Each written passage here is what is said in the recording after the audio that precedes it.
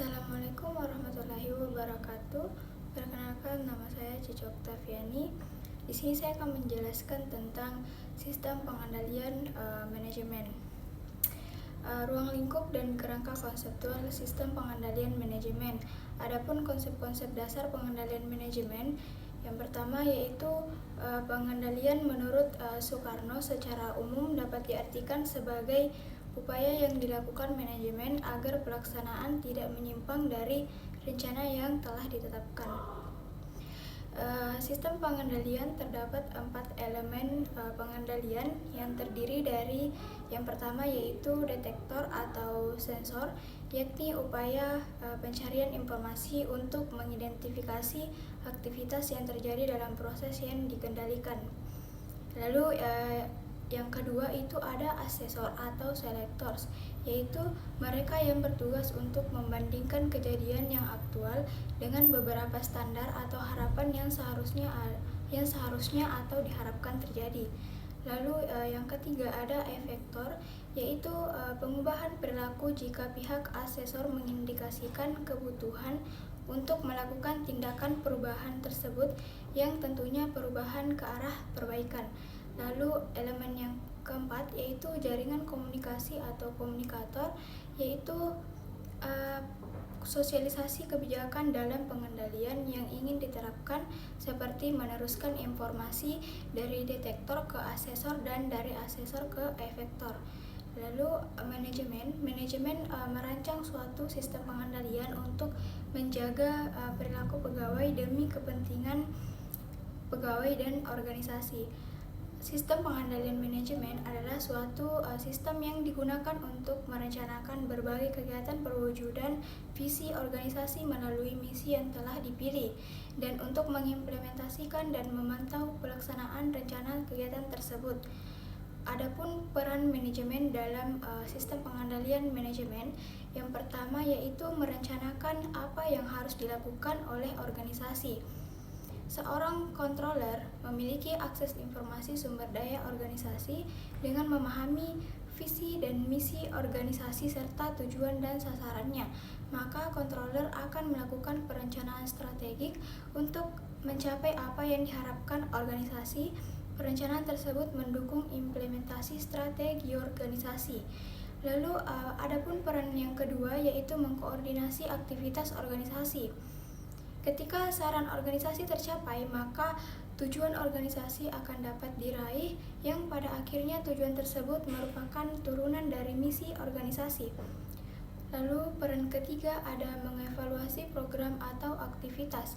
Salah satu peran pengendalian manajemen adalah mengukur kinerja individu atau unit bisnis atau departemen.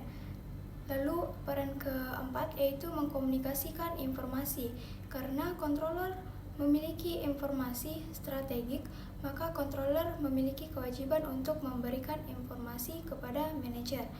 Lalu yang selanjutnya atau yang terakhir yaitu mempengaruhi perilaku individu. Sesuai dengan definisi pengendalian manajemen, yaitu secara singkat memastikan individu berperilaku sesuai dengan yang diharapkan oleh organisasi.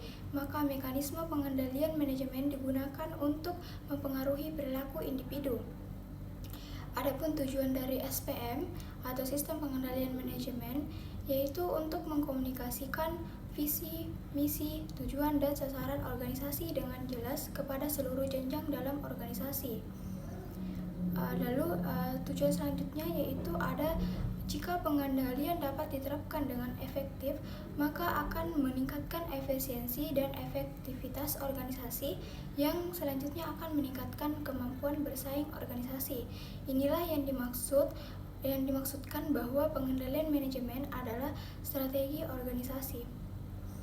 Adapun juga manfaat sistem pengendalian manajemen. Yang pertama yaitu manfaat dari diterapkannya sistem pengendalian manajemen secara garis besar adalah mampu mengelola organisasi sesuai dengan tujuan yang sudah direncanakan. Sehingga jika manajemen mampu menerapkan sistem pengendalian manajemen secara efektif, maka dapat diharapkan dengan pasti bahwa organisasi dalam proses menuju visi dan misinya. Lalu manfaat yang kedua Ada SPM atau sistem pengendalian manajemen bermanfaat untuk mengontrol organisasi. Manajemen akan mengkoordinasi dan memastikan bahwa sumber daya organisasi berjalan sesuai dengan tujuannya. Pengendalian diterapkan mulai dari input sampai dengan purna jual. Demikian juga dengan aspek-aspek pendukungnya. Masalah dalam sistem pengendalian manajemen ada 3 masalah utama. Yang pertama yaitu tidak tahu. Masalah tidak tahu akan muncul jika anggota organisasi pada dasarnya tidak memahami apa yang sebenarnya diharapkan oleh badan usaha untuk mereka lakukan. Seringkali masalah ini muncul karena kurangnya komunikasi efektif dari pimpinan badan usaha kepada karyawan atau kurangnya pemahaman karyawan itu sendiri terhadap substansi pekerjaannya. Lalu masalah yang kedua yaitu tidak mau. Masalah ini muncul jika anggota organisasi tidak memiliki motivasi untuk berbuat yang terbaik atau justru termotivasi untuk melakukan sesuatu yang merugikan atau membahayakan organisasinya. Seorang karyawan mungkin tahu apa yang seharusnya dia lakukan atau apa yang diharapkan darinya untuk dilakukan. Lalu masalah yang terakhir atau masalah yang ketiga yaitu tidak mampu. Masalah ini muncul jika anggota organisasi ditugaskan untuk melakukan sesuatu yang di luar kemampuannya.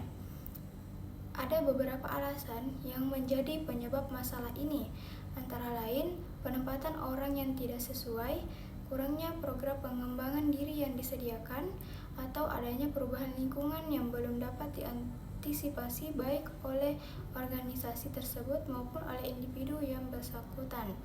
Jadi itu saja materi dari yang bisa saya sampaikan terkait sistem pengendalian manajemen.